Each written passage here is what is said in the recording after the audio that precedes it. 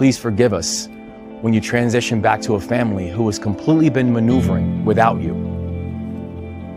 And now when you come back, it's not that easy to fall back into a sense of normality because the whole normal has changed. I remember when I came back, I wanted to talk to people. I wanted people to ask me about my experiences. I wanted people to come up to me and tell me, what did you do? I wanted people to come up to me and tell me, what was it like? What was the food like? What was the experience like? How are you doing? And the only questions I got from people was, did you shoot anybody? And those were the ones who were even curious enough to say anything.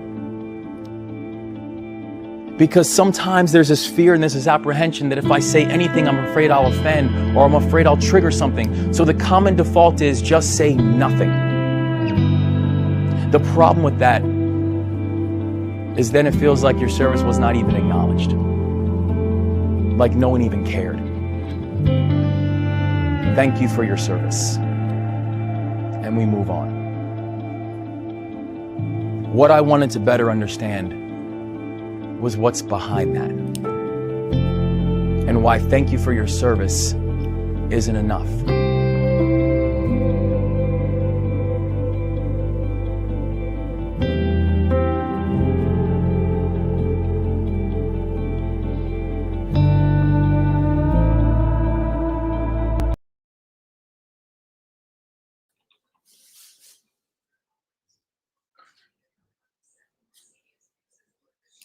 Thank you for joining Jean, Real Talk with Jean Price. I am so glad you tuned in today.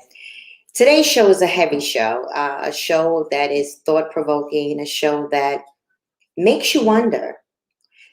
And it's a show of power and a show of strength.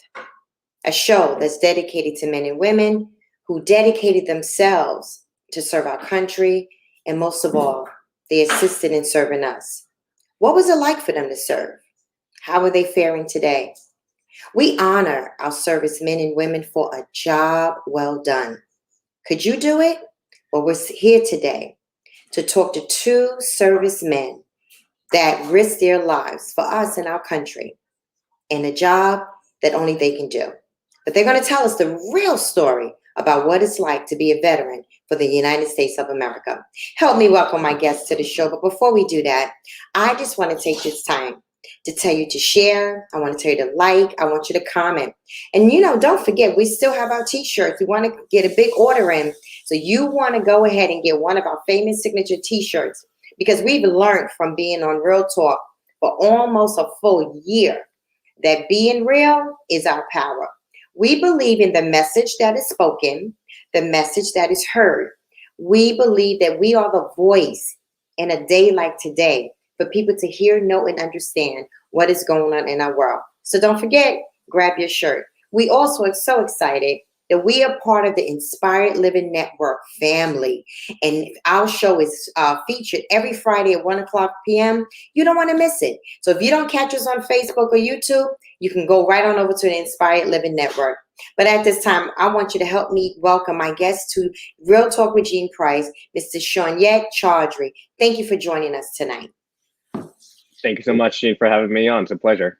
Oh, thank you so much. I said in the introduction how we do honor the service that our men and women have done to serve the country and, of course, so serve us. So that's what I want to start the show by saying thank you. And I'm pretty sure those that are going to be viewing tonight, thank you for your service. We know it has not been easy. We know to some degree it had to be very difficult. So before we get started, Sean, why don't you tell us a little bit about yourself? Sure, thank you. My name is Chaudry. I go by Sean for short. I am from South Jamaica, Queens. I am a 6-year Marine Corps veteran. I was a field radio operator. So if you've seen the military movies, you might have seen the guy carrying the big radio in his backpack. That was my job, was to make sure that communications was always up and running. And then shortly after that, I had graduated from John Jay College with my bachelor's in Law and Society. And I am currently a graduate student at NYU studying international relations. Wow, that's awesome. I have to ask the question, it's probably on the minds of so many people. What interests you in joining the military? I was young and, for a lot of young people, and I think I've told you this before the introduction, is that, when you're 17, 18 years old, coming from low income communities, the idea of trying to go to college sometimes could be a long shot of a dream.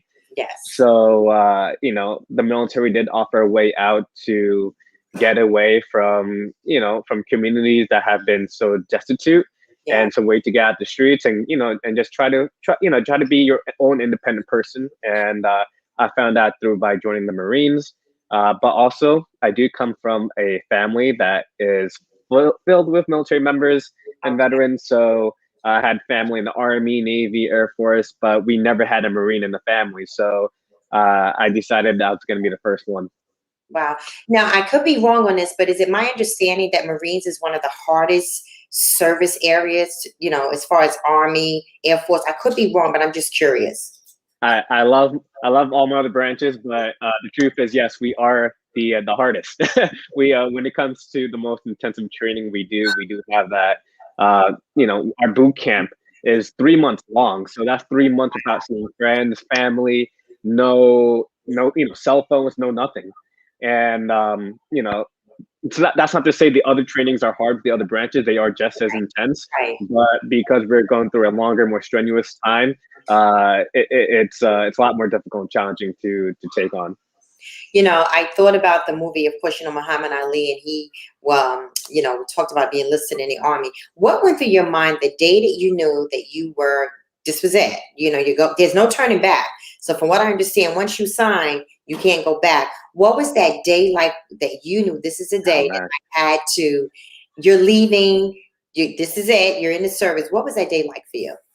Oh man, I remember the first I decided to do it. It was just kind of on a whim. And I was working a retail job. I did try college at the time, but I just felt like it wasn't for me. And I remember going to the recruiter's office, and I committed. I just knew as soon as I stepped in, I could not turn back. And I went there, and this recruiter just was kind of appalled, just watching a kid come in and approaching him to talk about joining the military, because usually they're the ones out there recruiting, trying to get the kids to come in. But me myself went in. I took the initiative to do that. So I remember that same day he drove me to my parents' home, and my parents didn't even know about this. So it was kind of an all surprise. And we went in together, we talked, and my parents, they understood, because my father had worked for the military, working as a merchant on ships. So he understood. And I just at the time, I just figured it's something I wasn't sure if I was gonna do for the rest of my life. I was gonna do it for 10, 20 years, but I just knew at the moment that this is what I had wanted in order for me to help me become a better person. But was there ever a time, Sean, that you wanted to leave the service? Military? Yes, the military. Yeah, I think there were countless of times, just because of how stressful the job can be. Yes. And I'm not just talking on a professional level. The job itself, you barely sleep, sometimes you barely eat. But then on a personal level, because you do have other responsibilities outside the job that do also take a toll on you, right? And I think that sometimes we tend to forget to how to humanize people who are in the military, because we're so trained to be machine-like. And I do think that I think it was maybe about 2 years to 3 years into service that I had realized that I just didn't want to do this anymore, because I just felt like there were so many other opportunities and things I wanted to accomplish outside the military. Right. You said something, Sean, that was very interesting. You said it's almost like you're trained to be a machine instead of understanding that you're still human. How does a person in the military transition back into society, but the mindset is geared toward, like you said, being more of a machine? But how do you transition back in society? Yeah, and I think this goes a lot with mental health. Yes. Even for me personally, it took me a very long time to kind of assimilate back from into the civilian world from the military, just because I was always thinking as if I was, out in training, or I was out with my, my troops, and I just was like, I just can't be. And I just felt weird, I just felt like weird. I just felt odd coming back to society, just because I felt like I was misunderstood most of the times. But at the same time, I took a lot of the skills that I learned from the military. I kept that with me, but also had to realize that I had to adapt to the world right around me, because that's one thing that I learned while I was in service, was that we always had to adapt to our surroundings, to our environment. And I had to carry that with me, even in the regular world, the civilian world. So it took a lot of therapy, to just talk with professionals, just Yes, to yes. talk, just talk things out about things that I felt like were obstacles in my life, in order for me to help me become better, productive member of society with everyone else. Wow. Of course, we talked a little bit backstage. It's very common. You hear post stress, the PTSD, post traumatic stress syndrome. Did you face that? I haven't. I'm thankful that I haven't.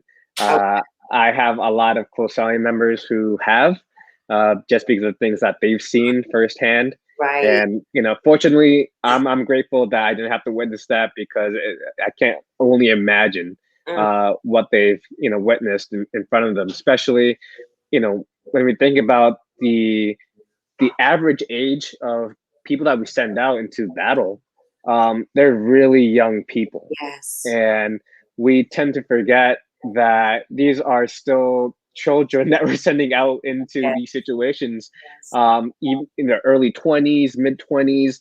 So we're not, as much as we're trained for this, as much as we're prepared for this, we can never really physically prepare for what a lot of these folks witness firsthand. So, in being a veteran, then, and understanding that so many of them have been traumatized by what's going on, why do so many veterans wind up on the street? It just appears that there's not a lot of help.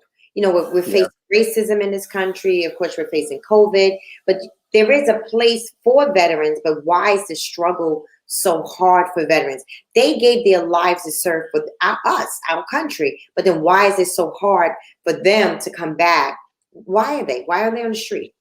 Yeah, the truth is that our veteran affairs system, our hospitals, like they are adequately set up to do the job, and once veterans are in the system, they are able to get the help that they need. Okay. But more often than not, it's the period between coming from service and the transition and getting back to real world, that's where a lot of veterans find the struggle. Mhm. So we just aren't equipped, or the military hasn't been equipped with the proper resources to help people who are transitioning out of the military back into the civilian world with job training, with Right. mental health, as had mentioned. And a lot of these, they just aren't there. So we just need more resources that really prioritize that Mhm. during that transition period, because it does take time. It's not something that you can do in 24 hours. It's not something you can do in 5 days. And I think that if there's a way where the current administration could focus on helping veterans who are getting ready to transition into the civilian world with at least a good amount of time to Mhm. just get the necessary resources that we need in order for them to find other jobs, housing, healthcare, then I think we could see better outcome. Yeah. But until then, it is hard, because a lot of folks who are struggling, we see that they're no different than single mothers and other people, and people who haven't served. Yeah. We find them, they join the same statistics that with the issues that we face in this country today. I am having understanding what trauma does to a person. I've had trauma in my life as a child. Oftentimes in my studying, what I found out, Sean, is that there's a part of the brain where it's called an injury. And though it's emotional, though it's mental, it's still an injury. It's something that takes place. Is there a place in your life having understanding what it's like to be in the military where you would want to go back? Not to military, but at least work with veterans, help them to understand that they matter. Is there a place in your life where you would want to do that? Because you do have firsthand knowledge, and you didn't have, thank goodness, like you said, you didn't have some of the experiences that affected you a lot. But what about going back with what you do know to help based on your knowledge? Yeah, that's something I've been doing actually as soon as I gotten out of the military. Um, when I started my academic career at John Jay College, I Okay. had joined the veteran affairs office, and my job was to always help my fellow veterans who were also students try to assimilate, because I just felt like I was better prepared than a lot of these folks who are new to the schools. They were a little bit younger than me. So, Right. I was helping them, making sure that they were able to stay on top of the studies, make sure that they were able to find job opportunities outside the school. So it's been something that I've been focusing on since I've left in 2017. Wow, that's excellent. And I want you to hold that thought. We have another guest that's joining us tonight who also have been active in the military and has served, and he served several years. And we're gonna kind of go into see how he saw joining the military, now coming out of the military, and what he faces now. I want my viewing audience to help me welcome Tim Terrain to Real Talk with Jean Price. Welcome, Tim. Thank you for joining us tonight.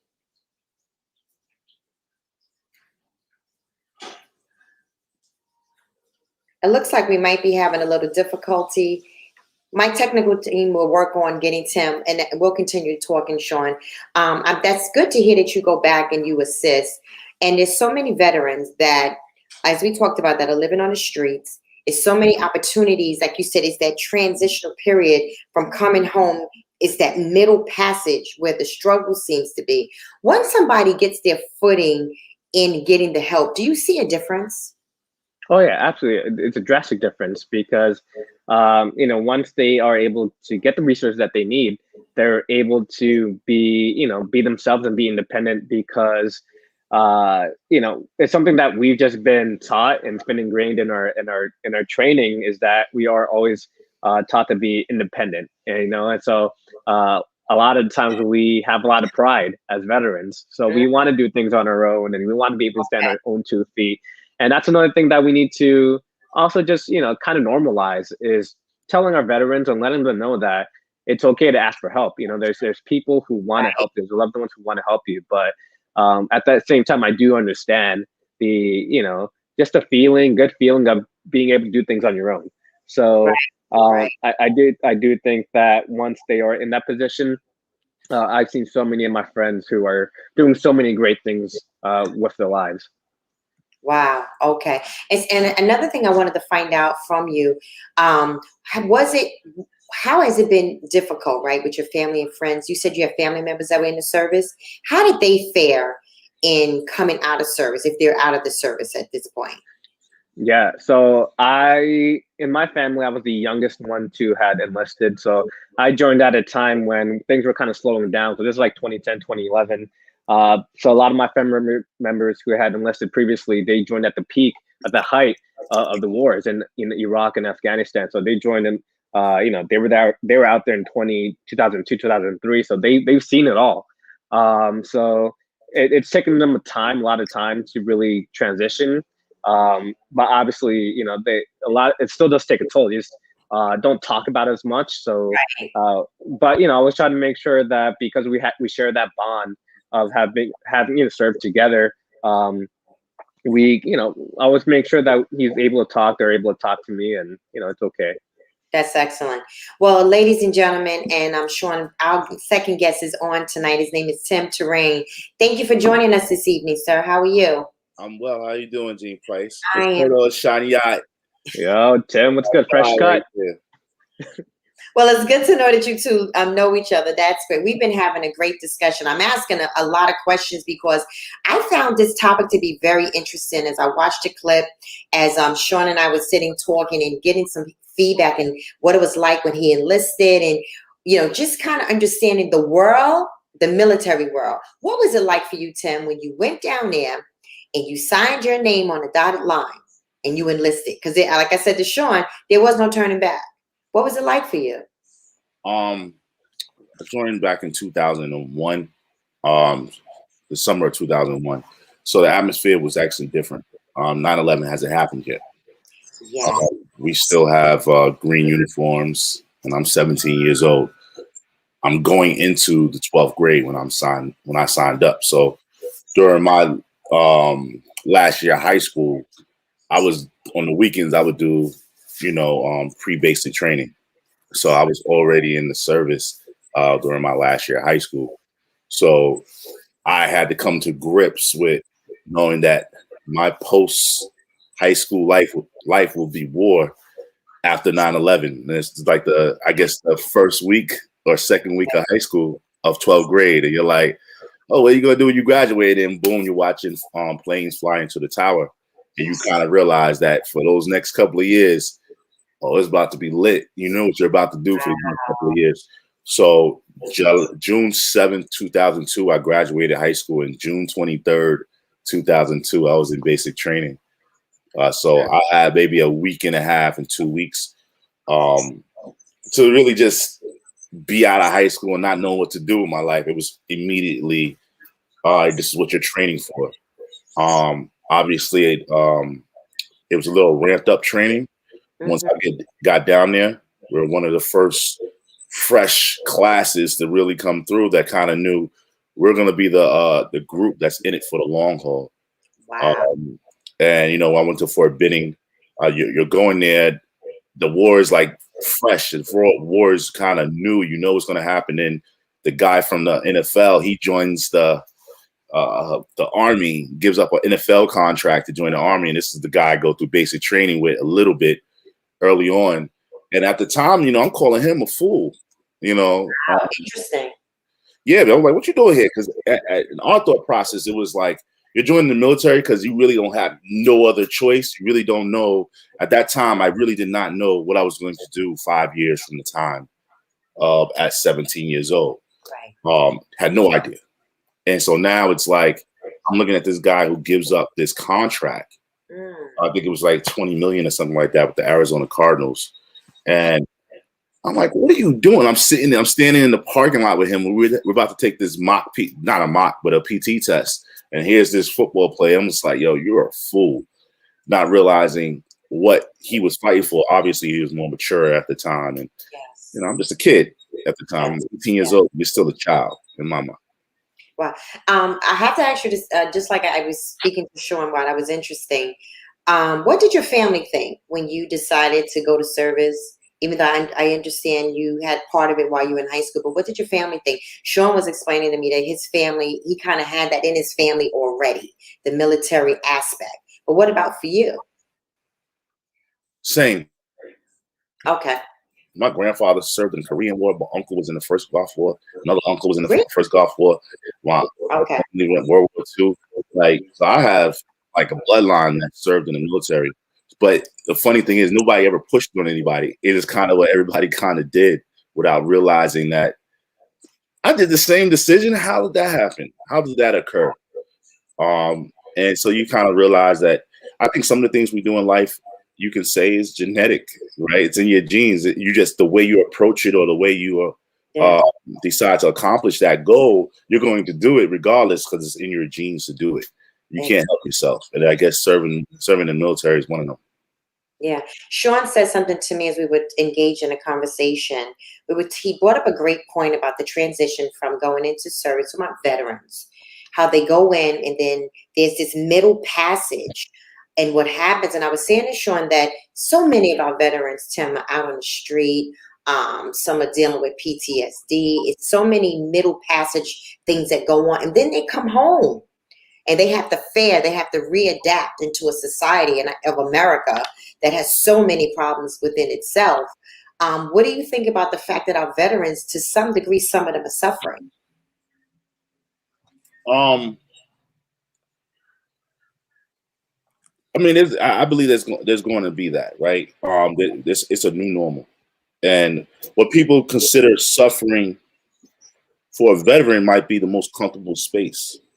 Okay.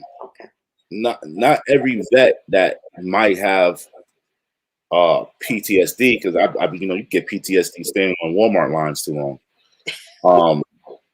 I feel like they are probably the misunderstood group.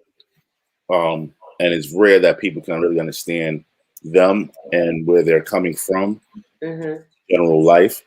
So, and the ones that are really, really struggling, that are out there, I mean, you kind of get it, but every day you see them, they still coming out, right? They're still showing up to the same corner. They're asking the same question. They're wearing the same type of uniform. They still stand up proud. They still wear those hats. So how down are they? Are they just sick of not being understood in the public? And so they're more comfortable in that environment of what it looks like to us, loneliness and heartbreak and on the street. That could be where he gets the most peace, or she gets the most peace at. So I kind of interpret it a little bit different. Just myself. Yeah, going to Iraq and Afghanistan, where I say, yo, you might say, I'm touched in the head, right? I'm pretty sure plenty of people said different million things about myself. It's a matter of who you are and how you understand me. To some people, I might be touched in the head and crazy and a little too much. To other people, it's like, yo, passionate, caring, yo, he's gonna go all the way. So it's all about your perception of what the situation is, really. Yeah. What do you think about that, Sean, and what Tim was saying? That's an interesting perspective. It really was. What do you think about that? Yeah, no, it makes sense to me. To me, it just feels like we are just any other demographic, right? And I think that when we come back into the civilian world, we want to, try to live in a world that is just we're more comfortable in. So either we will be misunderstood by some people, and sometimes we're not understood by other people, and it is what it is. But I do think that a lot of the vets they try to live their lives the way they want to. That's most comfortable for them. So what may not seem like we in some instances where a veteran may not in other people's eyes they be like they're not in a good place. The truth is maybe they're just comfortable with where they are, and and that's okay.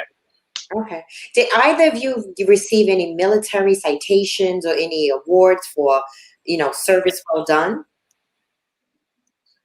Yeah, I think a lot of people, they give a little bit. You got the basic ones that everybody gets. Yeah. Yeah.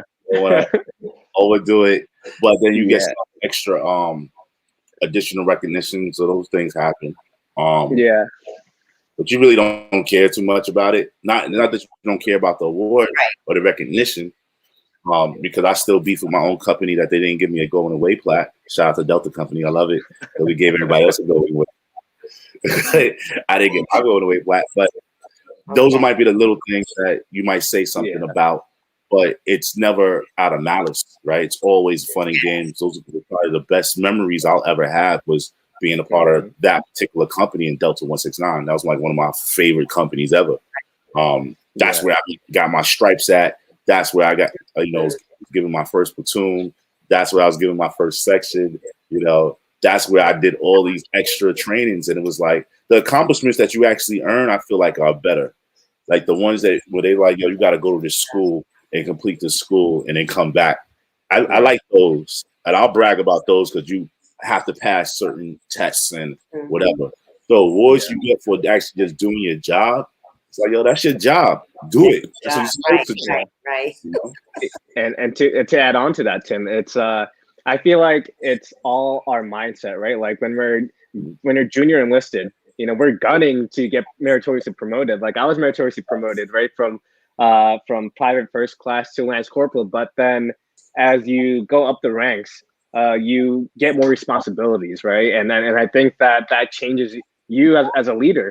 So the more responsibilities that you get, the different kind of training, like the schooling, for example, when I started doing like corporal courses or sergeant school, like it just changed the way I approached my work, but also how I approached as being a leader to the rest of my platoon. So instead of just wanting to just, all those awards aside, like that, it didn't matter anymore. Like it felt great at the time, but now it's like, all right, what feels better is like just being responsible for a group of men and women who are trying to get something done together. And I think that when you play a big role in that, that means so much more than, a ribbon or a certificate.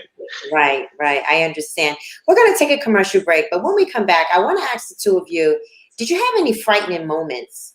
Any of those times that you really felt fear and you wondered, would you make it through? But we'll be right back after this commercial break. Have you been enjoying the show? Make sure you comment and like. Tell us what you want to talk about. It might be featured on the next Real Talk with Jean Price.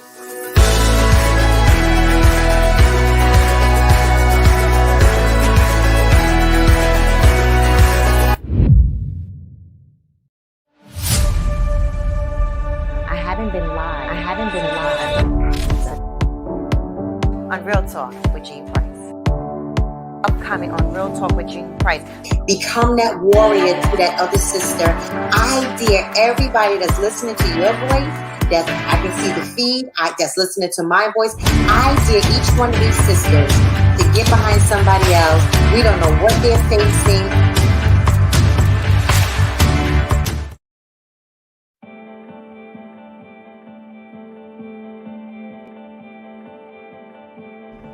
Please forgive us when you transition back to a family who has completely been maneuvering without you.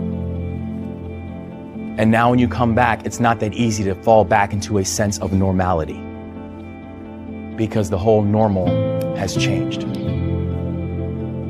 I remember when I came back, I wanted to talk to people. I wanted people to ask me about my experiences. I wanted people to come up to me and tell me, what did you do? I wanted people to come up to me and tell me, what was it like? What was the food like? What was the experience like? How are you doing?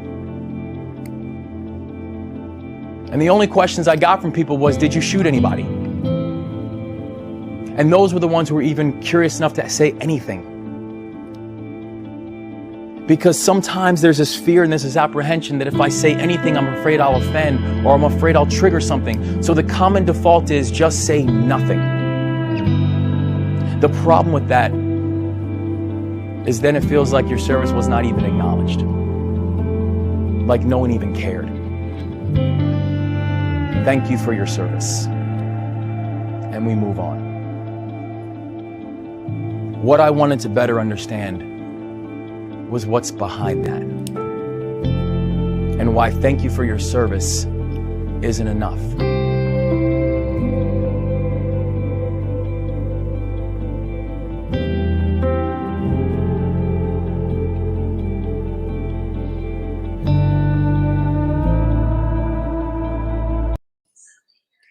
Welcome back to Real Talk. We have been discussing with two military veterans who've been sharing their story. This is such a solemn conversation for those that are listening to us before I bring my guests back. Just getting into the minds of understanding what's it like to serve our country, what's it like to come home, and what's it like to continue to fare in the world that we're living in today, what some people call the new normal. I would like to welcome back my guests tonight, Tim Terrain and Chaudry Chaudry. Welcome back to Real Talk with Jean Price. Thank you both for coming back on the show. I really appreciate it. Before we went to the commercial break, one of the questions I wanted to know, was there ever a time that you felt afraid, Tim? While deployed, I can honestly sit here and say no. I'm trying to really think about when I actually felt afraid. You don't feel afraid when you're expecting something, right? If you know that somebody, the boogeyman is around the corner, you kind of know that that kid's going to jump out and go, and so I felt like that 24 hours a day for a whole year. Wow. Like I knew there was always will be a boogeyman around the corner.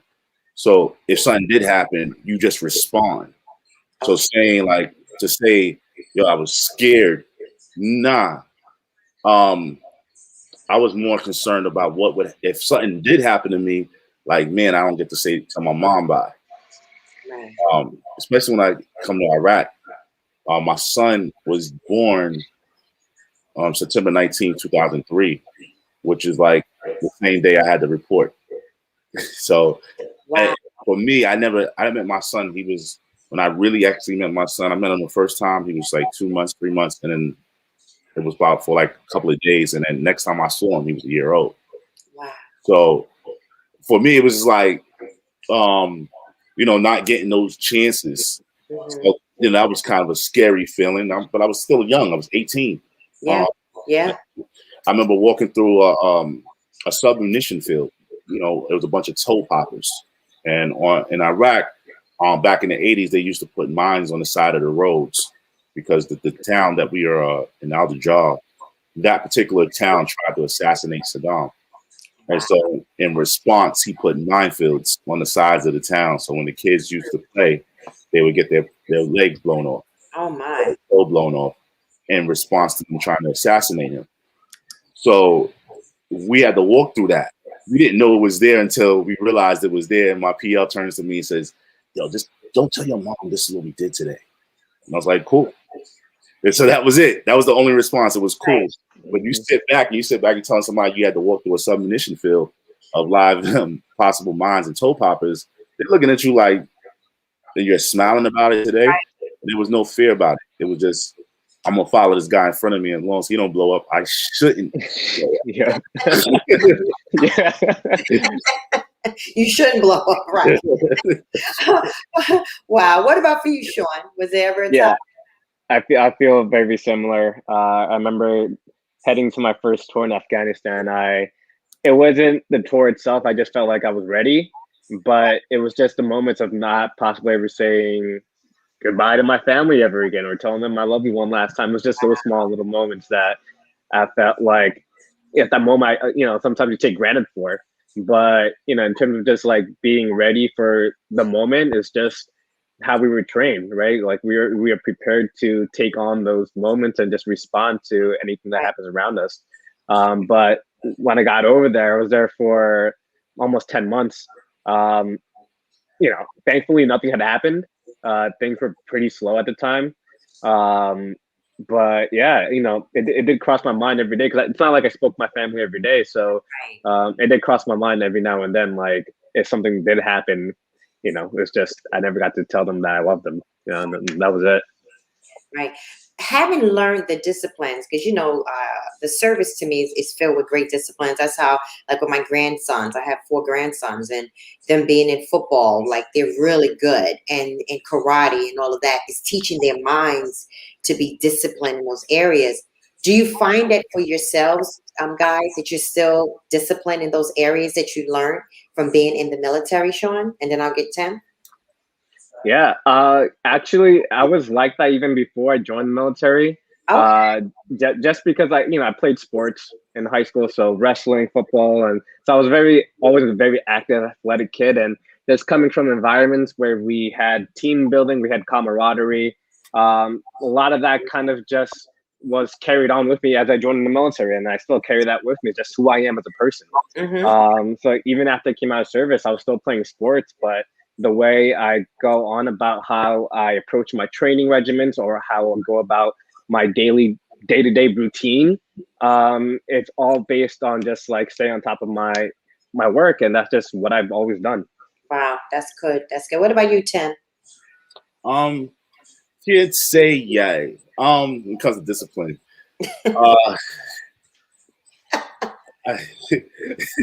When I joined because even though I had a great mom. I mean, I have a great mom, right?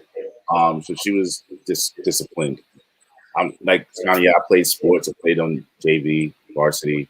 I was in karate school. After the service, though, it was a little different for me, because I've had to still overcome different things. That I'm still who I am, regardless of the service. I was still Tim. Yes.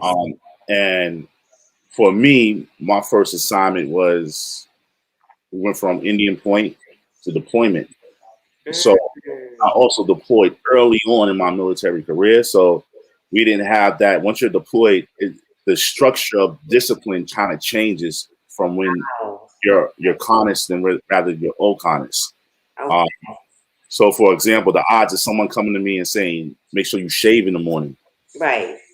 I mean, he still did it. My platoon sergeant was still a guy. That doesn't say I didn't forget. But so he would be on top of us about shaving. But the odds of someone really doing that is nowhere near to what would happen if I was in the States without being shaved. Yes. So I've got this attitude of real, like, it wasn't laziness. It was more or less, I pay attention to what needs to be done to complete this mission. I'm not focused on all the extras. I can care less about the extras. Okay. The extras is just, it's a distraction for me. Interesting. So I'm not going to really approach it. So now that might be communicated as, oh, I might be apathetic to what I do, whatever the case is.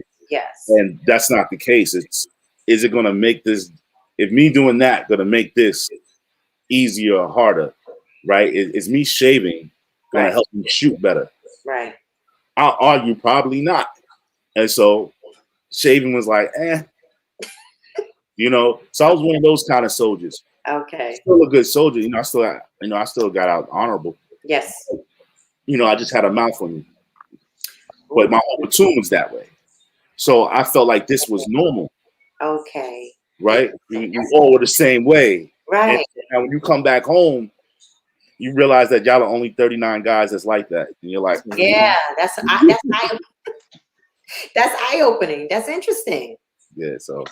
And that actually lends itself to my next question. But I'm going to get Sean first. Did you learn anything about yourself? Like, was there something in particular?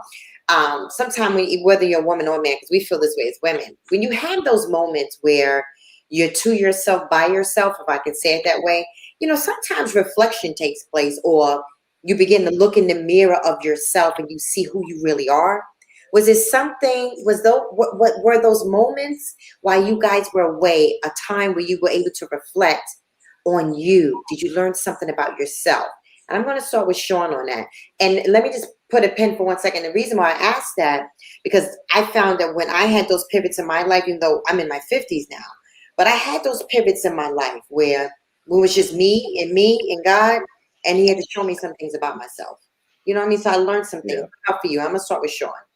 Yeah. I think it was at a point in my career, I think like 2-3 years in, that when I realized that it's something I didn't want to do for the rest of my life, what I found out about myself was that I am more than the person you see in a uniform. And, I just got, like Tim was saying, right? Like the shaving, like it's just so, it has something to do with your job.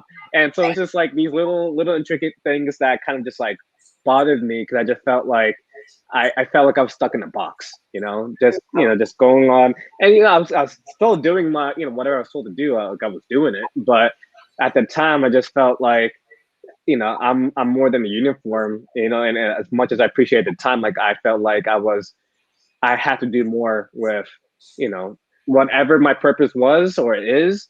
I feel like I had to do more, besides just being in uniform and being told what to do all the time. And I think a part of that just came with just realizing that I was also still young, because you grow up so fast.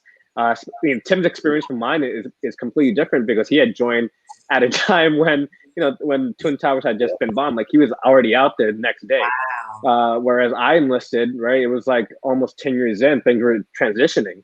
So our experience were different, but so he was already a grown man at 17, 18 years old. He was already a grown man. And for me, it just took me a few years longer just to like realize that, what, I'm in a point in my life, I'm in my mid-20s, I want to do something more. So I'm grateful that I even was able to have that kind of thinking at the time. What about you, Tim? I realized that without the military, I probably would be another statistic, right? It came to a realization, like, people say it to you out to hurt you. A lot of times they're like, oh, you got us the military, Tim. You ain't do nothing else with your life. Boom, boom. Wow. Now, regardless, I've done this for 13 years and I made staff sergeant, right? If I show you my 201 file, it's pretty strong. But then you'll hear that when you're back home and you're like, shoot, you start feeling like, maybe they're right. Wow. Maybe it isn't no big deal, right? So you have to get over that self-doubt, because you start believing that you're not accomplishing anything after the fact, right? Interesting. And then you have to be like, all right, what if I approach things like this? And what if I approach things like that? You start realizing, like, you know what? I work better if they don't think the way I think. I'm work better alone. So I started going to jobs that, allow you to work alone, but then you had to really adjust. I'm like, I was in the elevator union. I was in Local 3, and I went right back to work, right? I come back from Afghanistan, right to work a week later. And, my journey Yeah, my journey guy, the guy that teaches you how to fix the elevators before you become a journeyman, straight up racist. And I had to deal with that 4 months out, and to the point where I just left. I was like, yo, you see, it's either going to be somebody's going to go down the shaft. It might be an elevator or it might be somebody else. So, you know what? Let me leave this alone because he keeps saying little stuff. And remember, I'm still young. I'm 23. At this time, I'm like 23, 24 years old, maybe 25. So I'm still young. But my thinking is like, yo, how can he be like this openly racist and get away with it? Right. And if I touch him, I'm the one that's going to get in trouble. In my mind, I know I'm like, and I can't touch him the way I want to touch him. So I left because I don't want to complain either. I have this mentality, which a lot of guys in the service have, which is suck it up and drive on, right? So you accept a lot of things that most people be like, oh my gosh, he did that? And you didn't say anything? Right. And I'm learning that now. And I'm in my late 30s now. I'm now learning that and understanding that you can speak up about these things. But it's years after so many people have done certain things that raises eyebrows. So you start learning that, you got to come into your own even after the fact. I don't think the military will show you who you are. I think it's like years after. They're like, you know what? That's why I love the military. That's why I like serving, because, they got it and they get me. And you're not weird because these guys don't get you, right? These are grown men too. They just didn't serve. Right. And these are the guys that watched the same plane and the same towers that fell and chose, I'm going to still stay home. These are the guys that said, oh, it's not my war. You know what I'm saying? And I can't really relate to them. Or you're going to fight that person's war while they're protesting. Like, you're protesting for the government to help you out more, yet you're mad at me because I fought a war. It's a balance for me. It's like, I feel like, what do you really call yourself? Like, how am I not a man because I don't put up with certain stuff? Which a lot of guys in the military, they're going to speak up. We get flack for it. And I notice this with a lot of guys, and both the men and the women. They get flack for speaking up because we were taught to speak up. I was going to say that, yeah. We were taught to say, yo, no, that's wrong. It's called on-the-spot correction. We're actually trained for that. So while some people are telling us to mind our business, we're like, but he has his hands in his pockets. He's not supposed to have his hands in his pockets, right? And in the military, that's a big thing. And so you're going to call it out. And it's not to the person with their hands in their pockets not going to get upset at you. They're going to go, you're right. You got me with my hands in your pocket. But out here, if you do that, oh, but look at your boogie in your nose, right? It's a response. It's a clap back. So you start learning things about yourself in that aspect where you're like, you know what? I got to do something where I'm the only person that has to worry about me. And that's the best part of me. I'm just going to worry about me. I'm autonomous. I work for myself. I do everything for myself, as opposed to having other people under me, because they might feel a little offended if I say this or say that. I'm not trying to do it out of my malice, but I'm just saying it. And I really don't know how to make it into a emotional response. Wow, that's very interesting. Sean, if somebody came and approached you as we're winding down on the show, this has been very informative, and said they wanted to go to the service, what would you say to them? So it's funny you mentioned that, actually. So I'm a substitute teacher at New York City Public High School, and the 17-year-old student came up to me and he wanted to ask me for advice about joining because he didn't know what he wanted to do after he graduated next year. So, for me, it's just about really taking the time and having that conversation. Just try to get an idea of where his head is at, because ideally, I do think that, I've seen, both sides of both worlds, of being in the civilian world and also being in service. So I would want to see, especially younger people of color, just have more opportunities in the world that other people do have. And I feel like if this country or this work could provide these opportunities without them having to enlist first, go for it. So my approach is to really have that conversation with young people, especially young people of color, making sure that, if they don't have any other opportunities or just feel like it's something they really want to do, then, make sure that they are equipped as best as possible before they get into it. because it's a different world, especially when you are a Black or brown person joining the military service. It is a different world for you than it is for a lot of our white allies in service. You know, so my approach is just making sure that we have that conversation, because a lot of times their parents, right, young kids, parents may not have an understanding of how to approach these conversations. So I know that like Tim or myself, we have that tool. We have the resources to best equip them. Like, best example, Tim, you could talk about this further, but when we had the summer camp last summer, right, there were kids who were interested in joining, and we did what we could to make sure we had the conversations that they may not be able to have back at home. That's interesting. And what say ye, Tim, if along the lines of what Sean is saying, those young men approach you, would you say that it's a great thing to do? Or maybe, and maybe it's kind of hard to give an opinion to that degree, but what direction would you lead them? Because I have a son, my son's 17, right? So my son, his mom was also in the service as well. And it's not something I push him towards, right? And so I treat any child, because believe it or not, a lot of girls, young girls, ask that question a lot too. Like the camp that Shawnee was speaking on. You sure you want to do this? Because if you do, that's cool, and I'll show you the route, the career path that I feel, in my opinion, would have been better had I known. It's nothing like the unknown. I like to do things and see what's going to happen. If it failure is a mindset. But for those that want to know ahead of time before they actually take that leap, I kind of tell them like, I try to get around from the fears. Like, the hardest thing you're gonna probably do is run 2 miles. And if you feel like you can run 2 miles, you'll be all right in the military.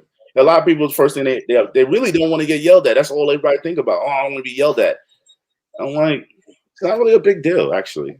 It got to the point where it's like, if you can get around being yelled at, and this is how I talk to the kids, if you can get around that, if you can deal with me and my little yellings, that doesn't, when I ran the camp, that wasn't my strategy, but sometimes I had to implement it, right?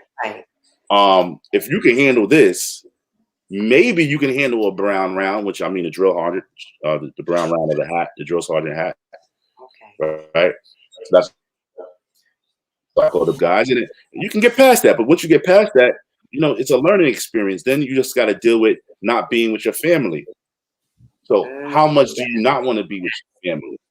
Right. Because you're looking at someone like me. One of the reasons was to join because I wanted to have something to do. The other reason was really I just wanted to make sure that I was not going to be around my moms. This is a crazy conversation at 17. It's because I don't want to be around her. I'm looking at I'm 17 years old. I'm looking at the 19-year-olds, the 21-year-olds, and the 23-year-olds. Right. Still got to go home with their mom. I'm like, I got to get away from her, period. And so that's kind of a selfish, I think, mindset to have. Whereas I wanted to be away from home. But then you realize how much you miss it once you actually get your wish. Right. You're like, oh, maybe I shouldn't have. So it's that balance. It's just, if you can handle being away from home, go for it. It pays for college. You meet new folk, and you're going to most likely meet people that have the same thought process as you. I mean, not many people are going to go all the way through to joining the military. Like doing this, like you do realize that you can die. Yes. Doing this job. This is not one of those jobs that, you can grow, you can get the career path, but you can also die. Understand that's part of the contract too. And it was a contract that I was happily signed again. Not really happily. I had to do it. I signed again, and after that time, I wanted to do it again, but unfortunately, my son's mom passed, and I decided not to do it again. But other than that, I would have did it again. No problem, no hesitation. But I don't push my son to do that. I push him to get the education, and then if he feels like he just needs that extra push, or he needs, a little extra security, then maybe that's a route he can go. Mm-hmm. Wow. Well, I want to thank the two of you for enlightening myself and the viewing audience on what's it like really to be in the military. And I think both of your perspectives were really great And I thank you for your transparency and the authenticity of what you went through. And I'm grateful because of how you're taking what you learned there and you're applying it in your world today. So I'm grateful for that. And keep doing what you're doing. Keep working with kids. Keep moving. Keep showing people that it wasn't all bad. And yet, if somebody didn't want to do it, that's okay too. There's nothing wrong with that.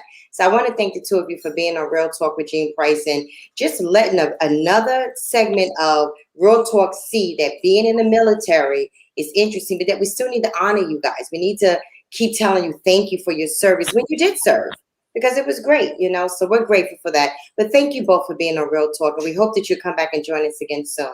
We'll see you next time on Real Talk. Did you want to say something else? One more thing. I know this is on Memorial Day weekend. Yes. And so I understand. So just a reminder to everyone, this Memorial Day weekend is definitely for our veterans that, fulfilled that contract, right? Those are the guys that actually passed away, that actually died. And just remember those guys. Those are the guys that said, you know what, here, I'm betting my life on this, and did that for the flag. So let's please understand some of our veterans that actually go extra hard for our country, regardless of what this country does to Black people every single day. There's a reason why we go hard for it, because we watch our guy give up his life for it. Right. Thank you for that. Did you want to say something else, Sean, before we close out? No, I think Tim said it best. Yeah, I think that's just something we gotta take into account as we head into this weekend, because I know things are opening back up and people want to go out and about, but we gotta take that into account as well. Yeah, thank you both. Well said. And again, as they said, please let's remember our veterans during this Memorial Day holiday weekend. And we will see you next time. Thank you both again on Real Talk with Jean Price. Thank you. Thank you. Thank you.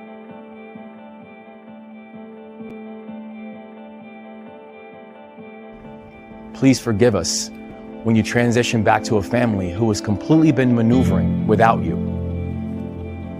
And now when you come back, it's not that easy to fall back into a sense of normality, because the whole normal has changed. I remember when I came back, I wanted to talk to people. I wanted people to ask me about my experiences. I wanted people to come up to me and tell me, what did you do? I wanted people to come up to me and tell me, what was it like? What was the food like? What was the experience like? How are you doing? And the only questions I got from people was, did you shoot anybody? And those were the ones who were even curious enough to say anything.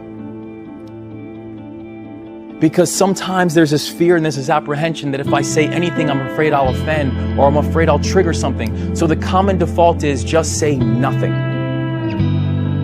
The problem with that is then it feels like your service was not even acknowledged. Like no one even cared. Thank you for your service. And we move on. What I wanted to better understand was what's behind that, and why thank you for your service isn't enough.